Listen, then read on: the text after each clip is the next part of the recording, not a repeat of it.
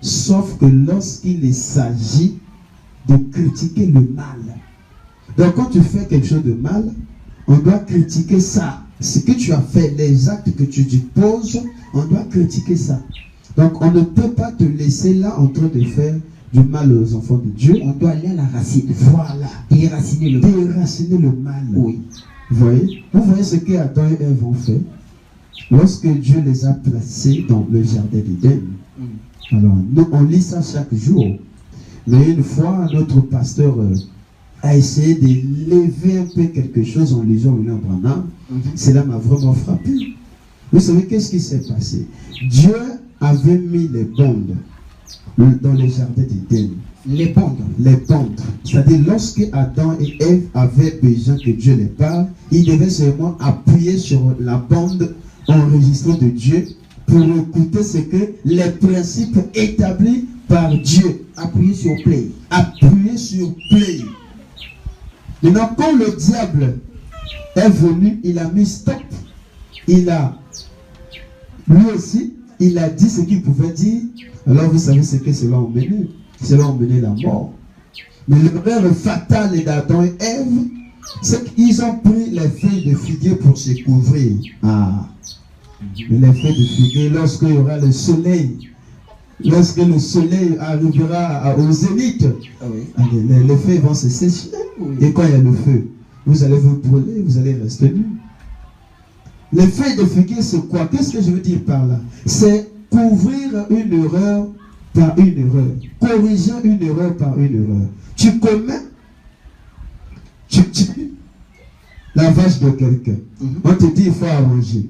Toi, pour arranger ça, tu vas encore, tu tues une personne. Vous voyez l'étape que tu es en train de faire? C'était l'animal, c'est maintenant une personne. Tu vas en erreur, en erreur. On va aller de dégâts en dégâts. Voilà. C'est naturel. Mais... Et on doit critiquer ça. On doit critiquer ça. Donc, sur vervé, on doit tout dire. Tout ce qui est mauvais. On ne peut pas, vous savez, lorsqu'on dit que même un démon, vous devez le chasser avec amour. Les gens imaginent. L'amour. Qui peut avoir l'amour plus que Dieu? Personne. Mal. Mais Dieu châtie ceux qui aiment. Merci. Donc l'amour de Dieu va de pair avec la correction, va de pair avec la critique. Merci beaucoup, frère Yoka. Alors, une dernière question pour le frère Giresse. Frère Giresse, à qui appartient la dîme? Ça, on doit lire dans la Bible. Oh, passe-moi la Bible. Malachie 3. C'est Malachie 4, le frère Wanam.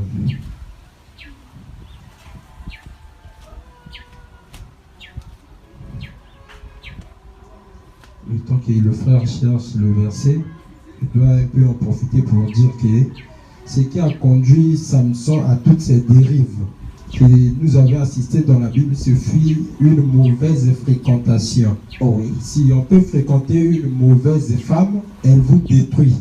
Oui. Vous pouvez fréquenter un soi-disant prédicateur qui est mauvais avec des virus. Comme toi, tu n'as pas d'antivirus, lui aussi, il te détruit. Oui. Donc, c'est un peu ça. Concernant votre question qui parle de la dîme, ici, dans Malachie chapitre 3, l'avant-dernier chapitre de l'Ancien Testament. Ici, Malachie dit que voici, j'enverrai mon messager, il préparera le chemin devant moi et soudain entrera dans son temple. Depuis le Seigneur que vous cherchez est le messager de l'alliance que vous désirez. Voici, il vient, dit l'Éternel, qui pourra soutenir le jour de sa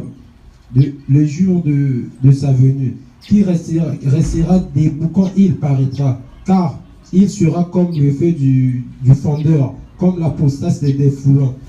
Il s'assiera, fondra et purifiera l'argent. Il purifiera les filles de Lévi et les purifiera toutes. Alors, dit, et il présentera l'Éternel les offrandes avec justice. Alors l'offrande de Juda et de Jérusalem sera agréable à l'Éternel comme aux anciens jours, comme aux années de jugement. Il dit, au verset 6. Oui, un peu vite. D'accord. Il dit, car je suis l'Éternel, je ne change pas, et vous, l'enfant de Jacob, tout. Depuis le temps de vos pères, vous vous êtes écartés des ordonnances. Vous ne les avez point observées. Revenez à moi. Je viendrai à vous, dit l'Éternel des armées. Et vous dites, en quoi devons-nous revenir? Un homme trompe-t-il Dieu? Le verset 8. Car vous me trompez. Et vous dites, en quoi t'avons-nous trompé? Dans les dîmes et les offrandes. Voyez, vous êtes frappés par la malédiction. Et vous me trompez. Et vous me trompez, la nation tout entière. Apportez à la maison du trésor toutes les dîmes, afin qu'il y ait de la nourriture dans ma maison. Mettez-moi de sorte à l'épreuve, et vous verrez si je n'ouvre pas pour vous les écluses des cieux, si je ne répands pas sur vous la bénédiction en abondance. Je suis parti très loin, mais c'était au verset 10. Oui. Ici, la Bible dit que apporter dans la maison du trésor les dîmes et les offrandes. Lorsqu'on parle de la maison du trésor, tous, nous comprenons que c'est l'église. Oui. Ce n'est pas un individu, une personne physique, on doit apporter tout chez lui. Selon d'abord la Bible. Donc, maintenant, à la lumière du message du temps de la fin, prêché par le frère Branham, dans la brochure questions et réponses du 15 octobre 1961, Oui. frère Branham dit que la dîme, c'est pour l'église, le pasteur, ainsi de suite, et les collaborateurs. Même frère Branham et Les officiels. Voilà, en termes clairs, les officiels. Frère Branham étant que le véritable prophète de Dieu en venant dans son tabernacle, il ne prenait pas les dîmes. Qu'est-ce qu'il faisait? On lui avait constitué un salaire par son administrateur. Vous voyez? Mais aujourd'hui, cette histoire qu'il est pasteur, ils ont instruit quelque chose qui n'est même pas dans la parole. L'histoire qu'il s'accaparait de toutes les dîmes que le clerc ou les brebis donnaient. Mais simultanément, nous avons assisté à quelque chose encore. Un pasteur qui bouffait les dîmes, qui ne travaille pas, il ne fait pas de commerce ni quelque chose de rentable. Mais il a eu un petit malentendu ou un quiproquo avec les bien-aimés. Maintenant, on lui a remis des dîmes. Brusquement, il dit non, je ne prends pas vos dîmes. Sous le feu de la colère. Il a refusé la dîme. Voilà pourquoi, comme il dit que quand vous apportez les dîmes et les offrandes dans la maison de Dieu, les écluses des cieux vont s'ouvrir. Mais quand toi qui es placé là, malheureusement, ce n'est pas pour toi que tu refuses comme ça. Dieu fera quoi? Il bloque chez toi. Bien sûr, voilà pourquoi ces derniers temps là-bas, ça caille. Mais on passe. On n'est pas ici pour ça. Alors, une dernière question pour le révérend David. Quelles sont les raisons qu'une brebis peut quitter une église? Révérend. Frère Branham dit, une brebis peut quitter une église. Il dit, premièrement, il dit, quand le pasteur, il dit, quand vous avez un pasteur qui faillit, il dit, quittez cette église. Quand un pasteur ne fait que faillir, continue à faire. Il y a plusieurs manières de faillir. Oui. Vous pouvez faillir dans vos enseignements. Parce que vous devez enseigner les enfants de Dieu. Vous devez accomplir la mission que Dieu vous a donnée, qui est de les enseigner. Donc, quand tu n'enseignes pas les enfants de Dieu, ils ne sont pas enseignés. Vous avez failli. Et la brebis a le droit de sortir. C'est ça. Frère Branham nous dit, quand vous voyez plus que votre pasteur, vous pouvez sortir. Quand la brebis voit plus que son pasteur. Parce que vous ne pouvez pas être conduit par quelqu'un que vous dépassez par la connaissance. Donc, c'est à la brebis de donner sa démission. C'est à la brebis de donner sa démission. Non au pasteur de les chasser. De les chasser. Frère Branham dit, aucune personne n'a le droit de chasser l'autre dans l'église. Parce que c'est l'église du Dieu vivant. Parce que c'est l'église de Dieu. Vous avez été placé en tant que berger. Voilà pourquoi la question qui a été posée ici. Quelle est la mission du pasteur? Il n'a pas la mission de chasser les gens. Non. Il a pour mission de paître les brebis de Christ. De gagner les âmes. De gagner les âmes. Donc il est comme le surveillant. Il est comme l'ancien qui peut nous transmettre des expériences et des conseils et qui peut nous enseigner. Et il a pour but de nous amener jusqu'au baptême du Saint-Esprit. Et voilà pourquoi aujourd'hui, puisque nous avons beaucoup de gens qui n'ont pas qui ne sont pas nés de nouveau, premièrement. Voilà pourquoi ils ont du mal. Parce que frère Branham dit, il y a une loi, on ne donne que ce qu'on a. Oui. Qui n'a pas le Saint-Esprit ne peut pas donner le Saint-Esprit. Et qui n'est pas né de nouveau ne peut pas faire naître de nouveau les brebis par ses enseignements. Oui. Voilà pourquoi frère Branham dit, la doctrine de Nicolaïte était basée par la peur. Quand vous ne pouvez pas, oui, il dit, quand vous ne pouvez pas enseigner aux gens la parole, vous les enseignez la peur. Voilà pourquoi les gens sont liés par la peur. Frère Branham dit, la peur c'est un fléau. Il dit, c'est le plus grand fléau de l'âge, la peur. Voilà pourquoi vous voyez des pasteurs qui se disent, si vous sortez de cette église, vos noms seront rayés du livre de vie. Je me pose la question. La Bible dit que vos noms ont été écrits dans le livre de vie. Dès avant la fondation du monde. J'ai écouté un pasteur dire que vos noms sont en train d'être écrits maintenant. C'est faux. C'est faux. C'est pas conforme aux Écritures. Vous voyez? Les noms sont écrits dans le livre de vie de la fondation. Avant même que je sois né. Franchement, on est entre la maîtrise et l'émotion. C'est trop. C'est trop. Vous voyez? Tout ça là, c'est parce que les gens ne lisent pas. Voilà pourquoi, c'est ce que j'ai dit hier au frère ici. Frère Madame dit de la brochure les 10 vierges, il dit il y a des brebis idiots. Parce que nous avons, aujourd'hui, nous avons le livre idiot. Il dit ça dans la brochure les 10 vierges. Nous avons aujourd'hui le livre du maître dans les mains de l'élève. Enseigne-moi ce que dit la parole. Et ce que la parole ne dit pas. Je ne peux pas accepter croire. C'est ce que c'est même le problème que j'ai eu avec des prédicateurs. Vous nous enseignez quelque chose. Et à la fin, nous voyons des failles. Quand je viens pour voir pasteur, ce que vous enseignez là, regarde. Ici, vous dites ça, mais la parole ne dit pas ça. Parce que ça, c'est une cause. La cause produit les conséquences. Oui. Parlez-moi des conséquences. Et le pasteur se fâche. Il te dit, non, demain, on va en parler. Et puisqu'il a essayé de réfléchir, de lire et de relire ces citations, il n'a pas pu t'aider. Il se fâche. La colère, c'est l'attitude des faibles. Oui.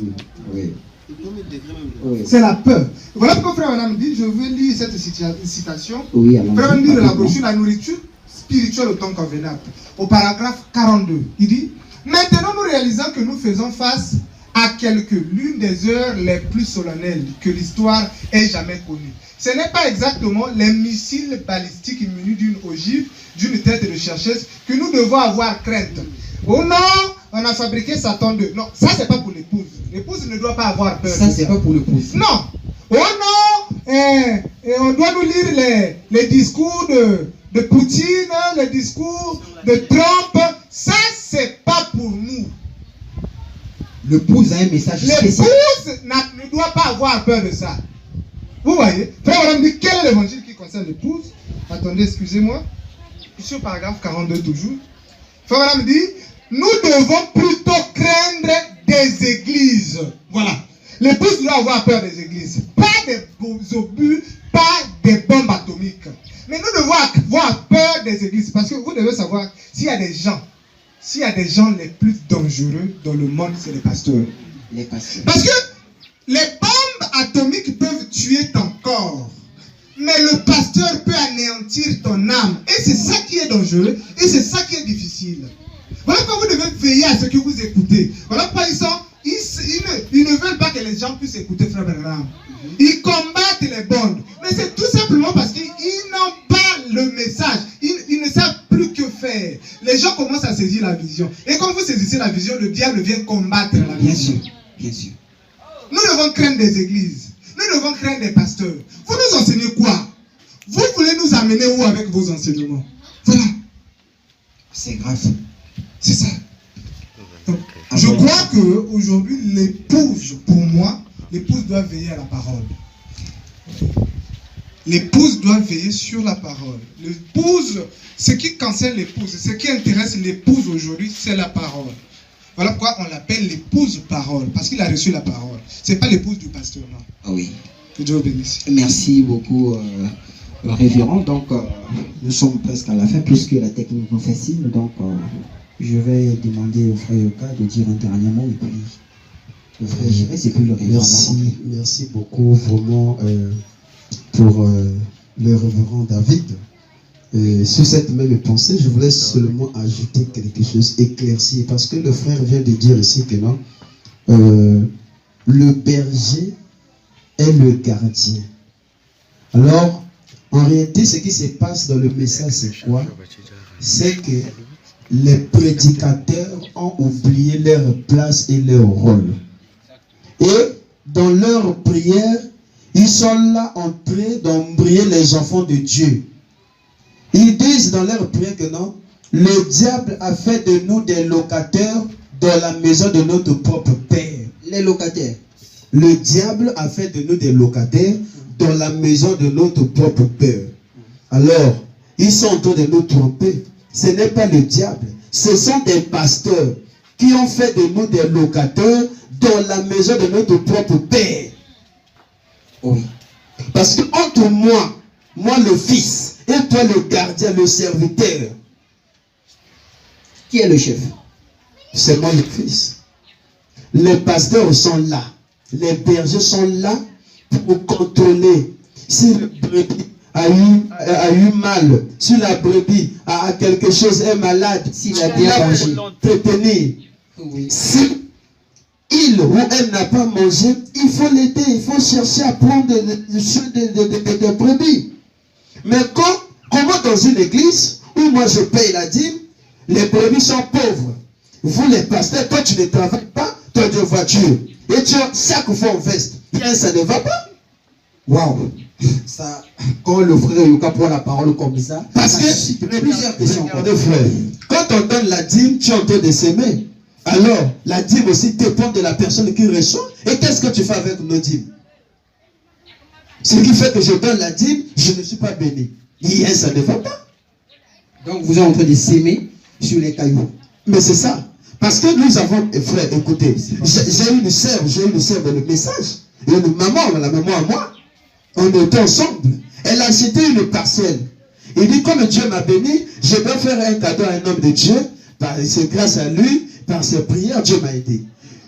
Elle vient, elle dit chez son pasteur que Dieu m'a béni, j'ai acheté une parcelle, et voilà, prends ton enveloppe. Mais demande-moi ce qui s'est passé. Le pasteur a carrément refusé. Que non, bon, je vais prendre ça après, Et demain, il monte au Dieu de la chair. Pour dire que non, si vous voyez quelqu'un acheter quelque chose, venez dire que j'ai acheté telle et telle chose, elle a des démons. Wow. Moi j'ai dit, ça ne va pas. Et cette même sœur faisait des songes que le pasteur lui envoyait des forces. Il priait pour que la sœur tombe malade. Ah non, répète d'abord. J'ai dit, il y a une sœur qui faisait des songes. Dieu lui disait que tu vois, tu tombes malade parce que tel pasteur t'envoie les forces. Sa prière, c'est que tu puisses tomber malade. Et la sœur là me disait, c'est une maman, elle me disait. Après, jusqu'à ce que la maman, moi j'ai dit, bon, si c'est comme ça, va d'abord voir l'homme de Dieu. La maman dit, donc ça s'est répété. Je te dis, c'était la répétition. Jusqu'à ce que la maman n'a pas pu supporter. Il est parti voir l'homme de Dieu. Bon, nous sommes sur 20, hein? Ah oui. Moi, Dieu, Jean-Baptiste a donné sa tête. Voilà. Donc, allons-y. C'était le pasteur Freddy. Oui. Oui, la sœur là, elle est partie voir le pasteur Freddy. Dit, bon, regarde, Dieu me dit telle chose, est-ce que c'est vrai? Le pasteur avoue, oui. Je le reconnais, n'a prié que pendant au est malade. Il a avoué. Je vous dis. Et quand la maman est revenue à la maison, elle me dit que l'homme de Dieu a avoué. Ah non, ça c'est trop. Moi, j'étais à jeun. C'était jeûne de 3 jours. Là, c'était le 2e jour, le matin. J'ai pris la nourriture, j'ai mangé. Et elle n'est pas la seule. Non, frère Yoka. Elle n'est pas la seule. Vous êtes sérieux? Je te dis, si ce sont des doutes, vers reçoit tout le monde. Oui. Qu'ils viennent, quand on va en parler, si c'est le mensonge. On dit, ça. Mais ça traumatise. Et ils nous disent que nous vivons une vie morale, nous faisons ceci. Moi, je suis allé voir le pasteur Fodi 7 fois. 7 fois. 7 fois. Pour lui dire que non, je suis prête à monter au Dieu de la chair pour demander pardon aux enfants de Dieu. Dis-moi ce que j'ai fait, je vais demander pardon. Si j'ai péché, je vais monter à la chair, je vais demander pardon à l'épouse. Malgré tout ce qui s'est passé. Il n'y a rien. Moto, il y a des camotés à l'obaka na sima moto. Oui. Et le couteau, ce que il est qui? un jour, au kotonga mokolo nzoto na miso na ye. Oui. Le frère Yoka. C'est grave. Au kotonga mokolo nzoto na miso na ye. Les pasteurs n'ont rien à faire. Ils viennent à la chaire pour régler les comptes. C'est comme hier, on causait avec un homme de Dieu. Il a dit qu'il y a eu même un pasteur qui a eu l'audacité de monter, de prêcher jusqu'au duo de la chair. Donc, à comment Matawati. Mais tout ça à cause des acclamations. Mais c'est pas possible. Vous ne lisez pas le message. On vous dit que je répondais pour ton âme. Amen. Ton salut dépend de moi. Amen. C'est faux. Lisez le message. C'est grave. Donc c'est un peu ça. C'est vraiment. Il y a beaucoup de choses. Hein. C'est profond. Il y aura des émissions, on va étaler des choses. Merci. Voilà. Frère Yoka. Et je vous annonce que nous écoutons William Branham lui-même. Parce que nous sommes fatigués des prédicateurs. Oh oui. Oui. Nous sommes fatigués, nous voulons écouter William Branham lui-même. La voix autorisée. Ça ne veut pas dire que nous ne croyons pas aux enfants, aux serviteurs de Dieu, aux prédicateurs. Je crois au pasteur. C'est comme dans la ville, j'ai un pasteur que j'apprécie beaucoup de tout mon cœur. Que Dieu le bénisse vraiment parce qu'il a tous les potentiels concernant un homme de Dieu. C'est le pasteur Frédéric Bossa. Je l'aime, il est humble, il ne se discute pas avec la parole. Que Dieu le bénisse. Quand tu viens présenter la parole, il ne fait pas de combat avec la parole. Oh oui. Voilà. Donc je l'apprécie beaucoup. Donc nous croyons, peut-être les gens peuvent penser que nous ne croyons pas aux prédicateurs, aux éphésiens. Nous croyons. Mais sauf que vous devez s'aligner derrière le jeune qui est venu. Joseph Branham.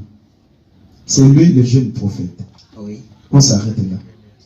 Alors, frère Gires, normalement, il devait... Bon, on va... Sauf qu'il y a une question encore. Hein. Est-ce qu'un pasteur voté peut devenir fondateur là où il a été voté? C'est compliqué. Bon, je ne suis pas un politicien, mais j'aimerais répondre en ces termes. Que lorsque vous dites qu'un pasteur voté peut-il devenir fondateur là où il a été voté, là on dit que l'acte est déjà incriminé. C'est impossible, ça ne peut pas se faire. Pourquoi? Premièrement, si nous voyons la constitution congolaise, où la loi mère de la République du Congo reconnaît que, ou bien bon, alors dans le cadre du PCT, nous ne sommes pas politiciens, nous sommes apolitiques. Oui. Dans le PCT, et ils reconnaissent que selon leur acte, que le président Marien Ngouabi reste et restera le fondateur du PCT. Là au moins, ça va. Oui, c'est clair. On ne peut pas voter un fondateur. Ça, c'est pas possible. Si Marien Ngouabi a été fondateur du PCT, après Marien Ngouabi, il y a eu mon frère là, oui, qui vient de le vieux Pango. C'est lui qui vient de mourir. Et en 1979, le 5 février 1979, le président Sassou prend le pouvoir. Oui. Mais jusqu'alors, Marien Ngouabi reste le fondateur du PCT. Malheureusement que Sassou reste un président. Ngouabi reste le fondateur. Si d'abord, si seulement si que les païens respectent leurs actes, vous voyez, mais qu'en est-il de nous chrétiens? Que dit 1 Corinthiens chapitre 14? La nature ne vous enseigne-t-elle pas?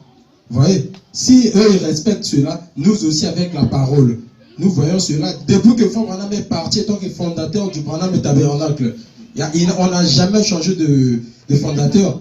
Nous partons de succession en succession. Aujourd'hui, nous avons Joseph Branham. Il est venu pour nous rappeler le verset tant prononcé par les frères du message, mais mal compris. Lequel?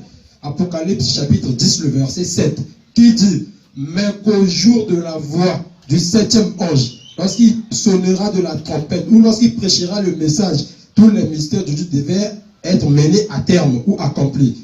Voilà pourquoi Joseph Branham est venu pour vous faire ramener la voix de Frère Branham, pas la voix d'un prédicateur, de Frère Branham. Mais je crois que la question a été répondue. Un pasteur qui va pour passer de voter étant fondateur, automatiquement, il est en train de brûler le message selon lui. Et ça va le rattraper où? Devant. Parce que Frère Branham raconte une histoire dans la brochure Courir sans un message. Il dit que les gens étaient là dans une compétition, ils couraient vers le but. Mais avant d'arriver au but, on vous remettait dans le point de départ un ticket. Ok, si tu arrives le premier, tu remets le ticket. Maintenant, il y avait un monsieur qui était tellement comme Usain Bolt, il a même oublié de prendre le ticket. On peut avancer. Il a oublié de prendre le ticket. Il a commencé à courir jusqu'à ce qu'il était même le premier. Mais arrivé au point à la ligne d'arrivée, on lui dit que monsieur, vous ne pouvez pas passer. Il dit comment? Ils sont restés là-bas. Moi, je suis ici. Moi, je suis commissionné.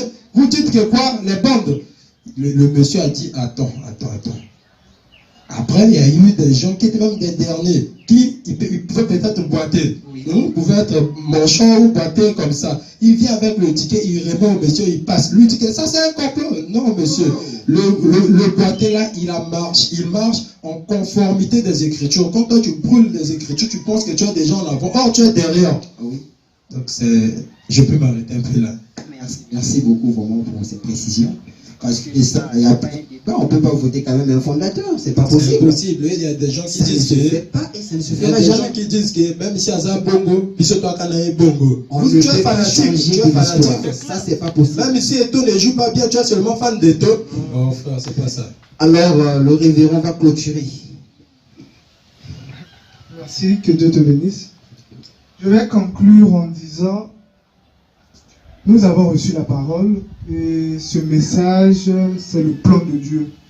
Le plan entier même de la rédemption, nous l'avons aujourd'hui. Et nous ne devons pas oublier le but pour lequel nous sommes venus dans le message, qui est de suivre la parole, d'être derrière la parole. Nous devons respecter la parole, être derrière ce message. Comme le frère Madame nous a toujours dit dans la brochure, quelle maison me bâtirez-vous? Il dit, jeune homme, ne courez jamais le risque d'abandonner ce message. Nous devons suivre le message. C'est pas un pasteur qui vient, il dit, non, j'ai rêvé telle chose. Quand vous allez prier, priez au nom de ma commission. Non. Suivre la parole, c'est faire ce que la parole fait. Parce que frère Branham, on n'a jamais prié. Vous avez une citation où vous voyez même le frère Joseph prier, vous ne voyez jamais citer la commission de frère Branham. Parce que c'est sa commission propre. Oui. Oui.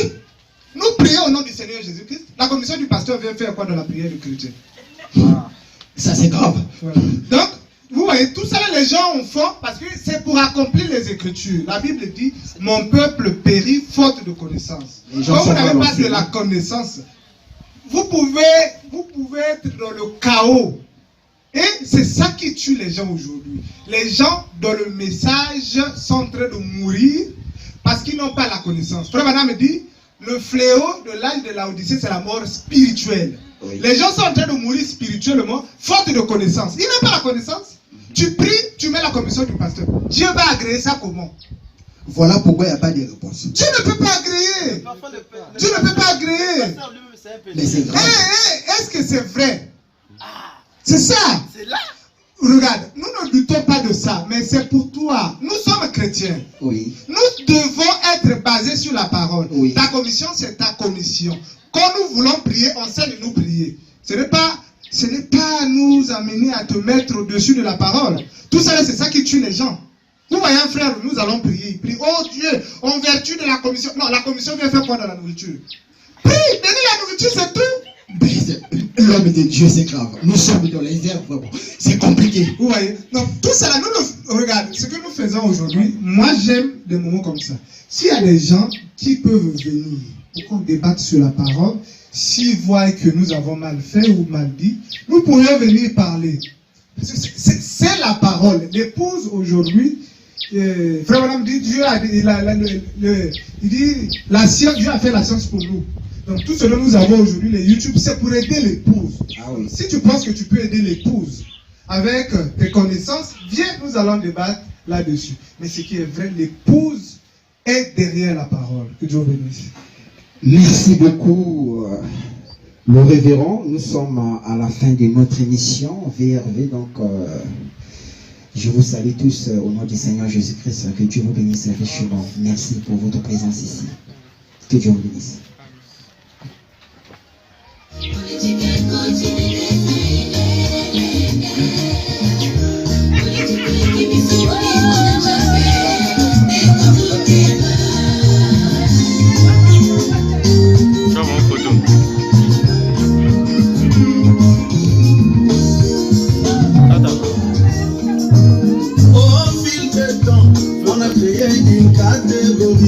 intouchables à l'église à cause de leur richesse. Ils peuvent mal vivre. Avez-vous un mot à dire sur ce qui s'est passé? Tant qu'ils payent des grosses dîmes, on ferme les yeux.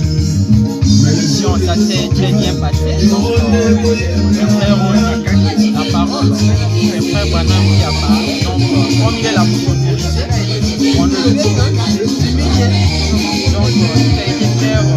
Je pense que Dieu vous bénisse. Par vous, que le Seigneur vous bénisse.